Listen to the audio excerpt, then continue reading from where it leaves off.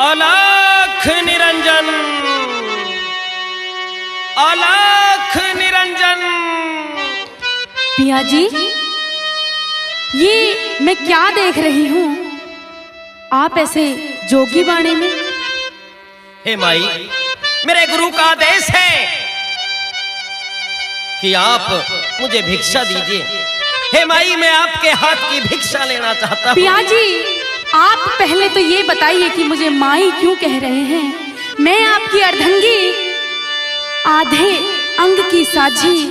आप मुझे मोड़ बांध के ब्याह के लेके आए थे।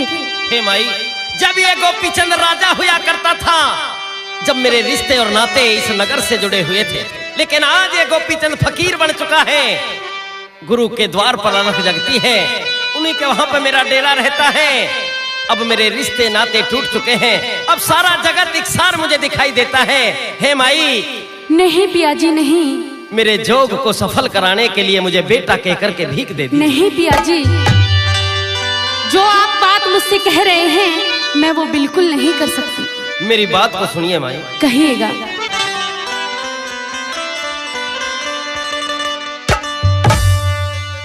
और भिक्षा दे दे पाटम दे। नहीं पिया जी, नहीं। मन ले लाचार करे मत ना।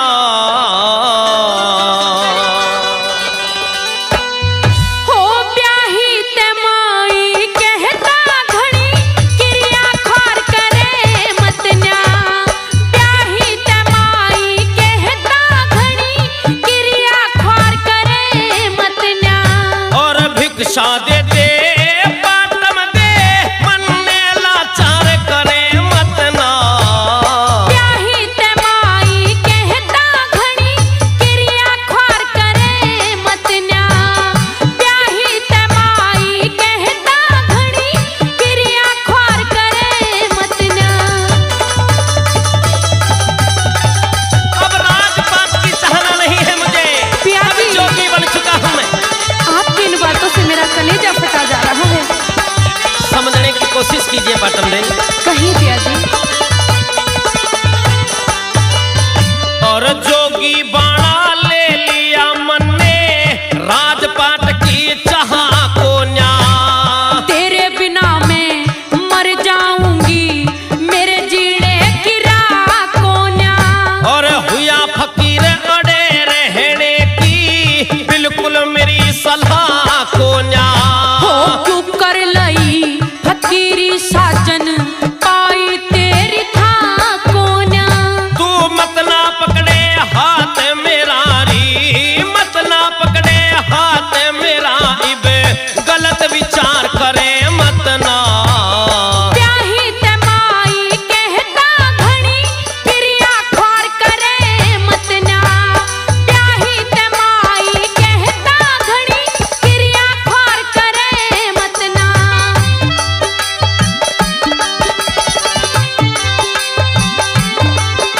अब ये गोपीचंद जोगी बन चुका है, मोह भंग हो गया है मेरा।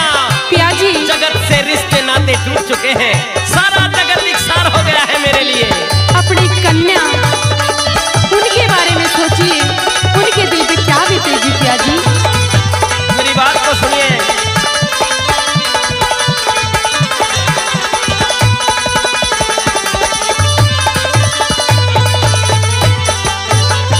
मैं मुंड मुंडाया जोगी हो लिया, मुंड मुंडाया जोगी हो लिया, मोह भंग हो गया मेरा।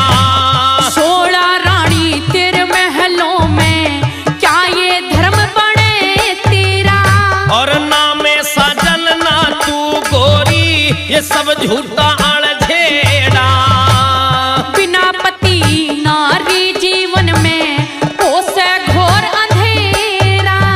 और हृदय के पट खोले बावड़ी, हृदय के पट खोले बावड़ी, तू अंधकार करे मत ना। ब्याही ते माई कहता घड़ी, क्रिया खार करे मत ना। ब्याही ते माई कहता घड़ी,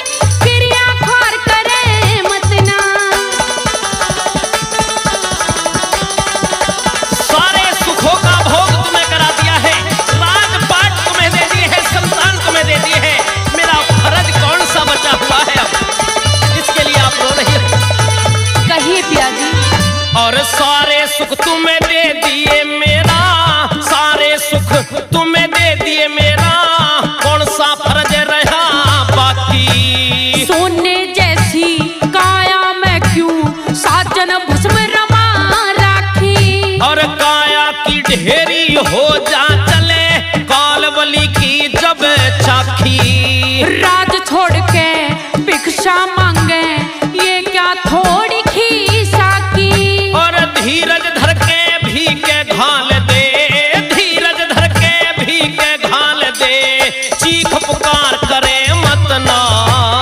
चाही तमाई कहता घड़ी क्रिया खार करे मत ना। चाही तमाई कहता घड़ी क्रिया खार करे मत ना। हे पाटम दे, अगर मेरे जोग को सफल कराना चाहती हो तो 2 रोटी का चून मैं हर घर से मांगता हूँ। पियाजी। मेरी झोली में 2 चुटकी चून डाल दे और मुझे बेटा कहकर के भीख दे ये दे। पाप मुझसे मत करवाइए पियाजी। मैं अपने पति को और 2 रोटी का चून घाल दे, 2 रोटी का चून घाल दे, अपना धर्म निभा ले तू। कैसे घालू बिग पियाजी मत कर मोट चारे तू। और हमारा नाता टूट लिया से अपना मन समझा ले तू। ज्ञानेंद्र सरदान